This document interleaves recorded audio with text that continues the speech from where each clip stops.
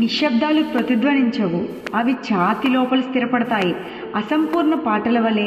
మరియు ప్రేమ కోల్పోయినా అది ఇంకా కనబడినట్లుగా బాధిస్తుంది. మీరా తన ఇంటికి వచ్చి కిటికీ దగ్గర కూర్చుంటుంది. ఆరవి ఇచ్చిన చివరి నోటు పట్టుకుంటూ ఆమె కళ్ళు చెమర్చాయి. ఆమె వేళ్ళు వణుకుతున్నాయి.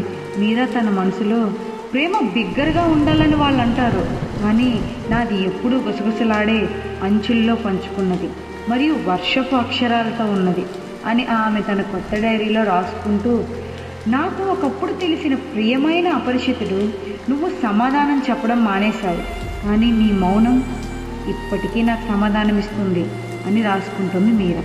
ఆరవ్ తన గొడుగును కోల్పోతాడు. అక్కడ ఉన్న కమల ఆంటీ, నువ్వు గొడుగు కంటే ఎక్కువ ఏదో కోల్పోయినట్లు కనిపిస్తున్నావే అని అడుగుతుంది.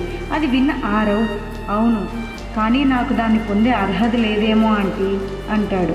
అప్పుడు కమల ఆంటీ, బేటా, కొన్నిసార్లు ప్రేమకు అనుమతి అవసరం లేదు, దానికి ఉనికి మాత్రమే అవసరం అని తనకు టీ ఇచ్చి, ఆగిపోయిన జ్ఞాపకాల కోసం కాదు, ఇప్పటికీ ఊపిరి పీల్చుకునే ప్రేమ కోసం జీవించు అని చెప్పి వెళ్ళిపోతుంది కమల ఆంటీ. ఆరవ్ ఫ్రెండ్ శ్రీధర్, నిన్ను ఊహించనే లేదు మిత్రమా, నువ్వు మళ్ళీ దాక్కున్నావు అనుకున్నాను అంటాడు. అప్పుడు ఆరవ్, అవును, ఇంకా అలానే ఉన్నాను, తనకి పెళ్ళి ఫిక్స్ అయిందని తెలిసింది అని చెప్తాడు. అప్పుడు శ్రీధర్, మరి అలానే మౌనంగా ఉంటావా, ఇప్పటికైనా మాట్లాడతావా, ఇప్పటికే చాలా టైం వేస్ట్ చేసావు ఆరవ్ అని అంటాడు శ్రీధర్. నాకు ఆ హక్కు లేదేమో, ఇప్పుడు ఉందో లేదో కూడా తెలియట్లేదు అని అంటాడు ఆరవ్. అది విన్న శ్రీధర్, హక్కు ఎవరు ప్రేమ సంపాదించుకోరు ఆరవ్, వాళ్ళు దాన్ని జీవిస్తారు అని గట్టిగా చెప్తాడు శ్రీధర్. మీరా, ఇది ఇక నా కథ కాదు, ఇది ఈ గదిలో ఉన్న ప్రతి ఒక్కరికి చెందుతుంది, నాకు తప్ప అని అనుకుంటుంది. మీరా ఫ్రెండ్ అనంత్, నువ్వు వేరే ఎవరినో ఆశిస్తున్నట్లు ఎందుకు కనిపిస్తున్నావు మీరా అని అడుగుతాడు. అది విన్న మీరా నవ్వుతూ, ఎందుకంటే నేను నిజంగానే వెతుకుతున్నాను కాబట్టి అని చెప్తుంది. ఆరవ్ తన బ్యాగ్తో రైలు ఎక్కుతాడు. దూరం నుంచి చూస్తున్న కమల ఆంటీ కళ్ళల్లో నీళ్లు తిరుగుతాయి. అప్పుడు కమల ఆంటీ, అతడు దూరంగా వెళ్తున్నాడు, కానీ అతని మనస్సు కాదు, అది ఎప్పటికీ ఈ గుమ్మం దగ్గరనే ఉంటుంది అని అనుకుంటుంది.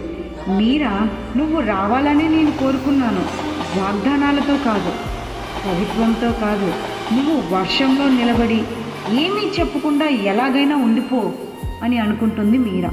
మీరా చీరలో వేదిక పైన నడుస్తూ ఉంటూ గాఢంగా ఊపిరి పీల్చుకుంటుంది. మీరా తన మనసులో, ఇది కేవలం కవిత కాదు, నేను ఎప్పుడూ ఇవ్వని ఏకైక వీడ్కోలు, నాకు నేర్పిన వ్యక్తికి ఆ వర్షం కూడా రాయగలదు, అతను ఎప్పుడూ ఉండకపోయినా అతను ఒక ఋతుపవనాన్ని వదిలి వెళ్ళాడు. కిందనున్న ప్రేక్షకులు చప్పట్లు కొడుతున్నారు. అక్కడ చివరి సీట్లో ఆరవ్ కూర్చున్నాడు. ఆమె అతన్ని చూడలేదు, పూర్తిగా కాదు, కానీ ఆమె ఆత్మను చూసింది మరియు ఎక్కడో లోతుల్లో ఆమె నవ్వింది. ప్రేమకు వ్యతిరేకం కాదు ఎడబాటు, ప్రేమ తన సత్యాన్ని పరిష్కరించుకునే స్థలం అది.